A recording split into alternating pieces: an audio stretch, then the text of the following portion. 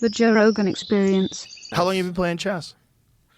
I started playing more probably like 10 years ago, or maybe more than that. I started playing Willie, Oh, wow. started playing Willie all the time. But then we'd switch over back to dominoes. He crushes me in dominoes, and then I was mostly winning chess. And then toward the end of our uh, battles, he started switching to just, you know what, we'll just stay with the dominoes. Such a hustler. Such a hustler. Yeah. I tried to interview him, but he's scared of COVID. He's Yeah. an old guy, you know. I Yeah, get it. He's 92. Can't yeah. take a chance getting infected. And, you know, a lot of old people, I got it. I got the fear because it's like death is close to them. It's just they're too vulnerable. I get it. I get why they got roped into it. Well, yeah, the fear of germs. Yeah, That was the Neil Young thing too. become That's why I still gave a Neil very- Young a pass. I was like, a lot I of get it. people you still see wearing masks. Oh, all the time, even in Austin. Yeah. I see him driving their fucking car still with masks on. Yeah, alone in the car with the mask. Yeah, that they're just always sick. Confuses me. But you know, like, fear is a fairly relentless occupation for some, and I don't know. I just, I studied the germ theory. You know how it came to be the backbone of Western medicine. Do you know? The Rockefeller thing. Well, that came after this, but yeah, the Rockefeller pushed that whole narrative, but it was before that in the 1887 or something, 89, where Louis Pasteur stood before the French Academy of Science and said, "I've realized the origin of all disease, and it's the germ theory." And he took credit for the germ theory, which of course had been around for centuries at that point. But there was another guy named Antoine Béchamp who was actually a real genius, whereas Pasteur was a charlatan and he basically stole all these good ideas that he never had from Antoine Béchamp, including how fermentation works, how they had diseases in the grapes of at the time, so how to deal with that disease, and also having to do with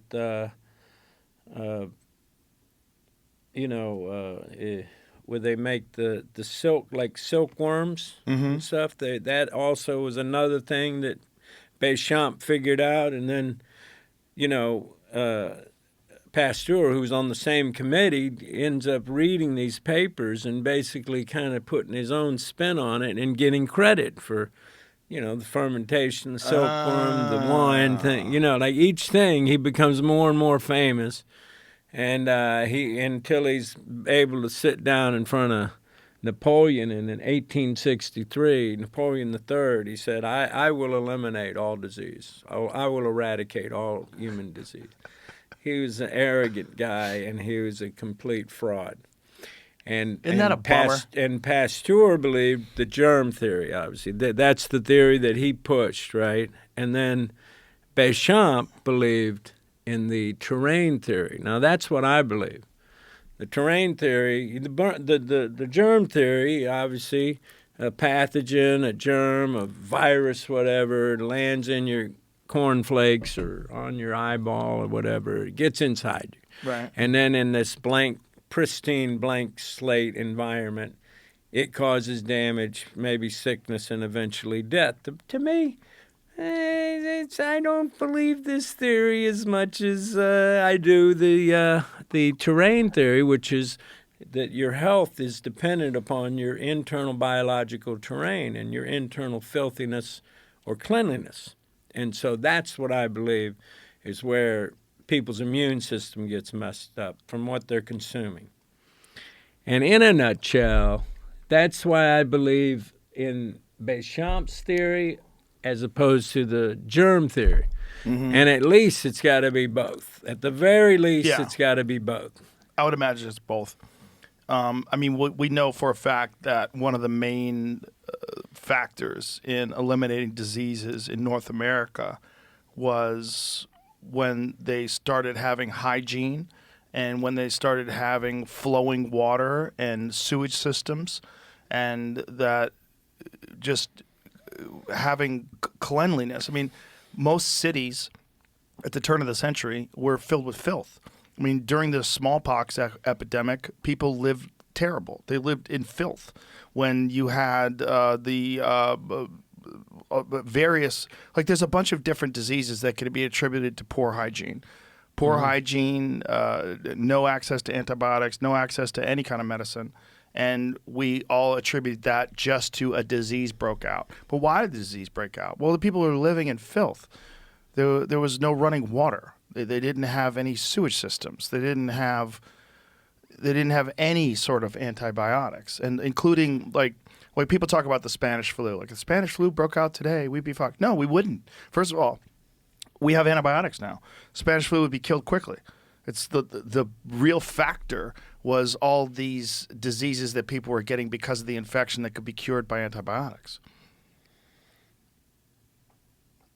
But I'm also not a big antibiotics guy. At all? No, I mean, I took them. One time. I credit them with really having saved me. But they'll save you under certain conditions. Right. If your immune system's shot and there's nothing else you can do to bolster your immune system in a short amount of time, where whatever is happening quickly. But you're saying like ubiquitous use of antibiotics for everything. Yeah, where it's just like that's probably not a it's good like idea. a Pez dispenser that Right. and it does affect your immune system adversely, especially continuous use of antibiotics. Are you a vegan? I'm a vegan. Yeah. Yeah, but I mean, I really my real belief is in raw living food, because I feel like, we talk a lot about you getting your protein or you getting your carbs or whatever. I think the most important component of the food are the enzymes. Mm-hmm. The enzymes being the life force of the food, Mm-hmm. and the enzymatic activities, your eyes blinking, your heart beating, those are enzymatic activities. If it wasn't for enzymes, we couldn't do them. Yeah. Like, enzymes are highly important. Anything you cook over 118 degrees for a minute, you destroy the enzymes and most of the nutritional value of the food. Mm-hmm. And that's why I'm a believer in raw living food. And I just know from when I've had lots of experiments for when I was doing it and when I was eating a lot of cooked food, and you can really feel the difference. It's there's no question about it, supporting the energy of the body better than anything. But meanwhile, I agree that it's very hard to avoid eating cooked food because it's delicious. Yeah. But to have as much raw as possible. Mm-hmm. That's my thing, and I try to get a lot of sprouts and microgreens and everything, and then I also eat cooked food. Do you take algae or anything where you're getting B vitamins? Do you think? Yeah, I take I do take I take niacin.